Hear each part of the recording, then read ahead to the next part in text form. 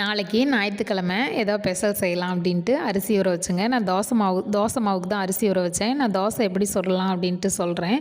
பூவாட்டம் வருங்க. புழுங்கல் அரிசி வந்து ஒரு படி, பச்சரிசி வந்து அரைப்படி, ரெண்டும் ஊற வச்சுட்டு வெந்தயம் கொஞ்சம் ஊற வச்சுட்டு உளுந்து வந்து தனியாக ஊற வைக்கணும். உளுந்து ஒரு காப்படி ஊற வச்சா போதும். ஏன்னா தோசை மாவுக்கு வந்து உளுந்து கம்மியாக தான் போடணும். இட்லிக்கு தான் கொஞ்சம் சேர்த்தி போடணும். இட்லியாக இருந்தாலும் தோசையாக இருந்தாலும் உளுத்தம்பருப்பை முதல்ல ஆட்டுங்க. அப்போ தான் இட்லியோ தோசையோ சூப்பராக வரும், பூவாட்டம் இருக்கும். ஏன்னா நம்ம அரிசி ஆட்டினதுக்கப்புறம் உளுந்து ஆட்டினோம்னா அது வந்து உளுந்து பூவாட்டம் வராது, களி மாதிரி போயிடும். ஏன்னா அதில் கொஞ்சம் கொஞ்சம் அரிசி மாவு மிக்சிங் ஆகுதில்ல, அதனால் களி மாதிரி போயிடும். எப்பயுமே உளுத்தம்பருப்பை ஃபஸ்ட்டு ஆட்டிட்டு அப்புறமே அரிசி ஆட்டுங்க. இட்லியும் தோசையும் சூப்பராக வருங்க. நான் எப்பயும் அப்படி தான் ஆட்டுவேன். இட்லி பஞ்சு மாதிரி நல்லாயிருக்கும். இது வந்து தோசைக்கு மட்டும்தான் பச்சரிசி போடணும். இட்லிக்கு வந்து பச்சரிசி போடக்கூடாது. இட்லிக்கு புழுங்கல் அரிசி மட்டும்தான் போடணும். இதுலேயே உளுத்தம்பருப்பு கொஞ்சம் சேர்த்து எடுத்து வச்சு கொஞ்சம் சர்க்கரை போட்டு